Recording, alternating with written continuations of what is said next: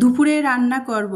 এখন বাজে 11টা। তো বাড়িওয়ালা ভাইদের শাহরিয়ান আর কি গাছের বাড়িওয়ালা ভাইদের পেয়ারা পেরেছে, তো সেগুলাই আমার দুই মেয়েকে খাওয়ার জন্য দিয়ে গেছে। আর পেয়ারাটা খুবই মিষ্টি, পেয়ারাটার জাতটা এতটাই ভালো, দেশি পেয়ারা, ভেতরটা সাদা, বিচিগুলো ছোট ছোট, খেতে কিন্তু খুবই মজা লাগে। তো পেয়ারা, আমার ইলমা আবার পেয়ারা লাভার, ও কিন্তু অন্য অন্য ফল ফ্রুটসের চেয়ে পেয়ারাটা পছন্দ করে।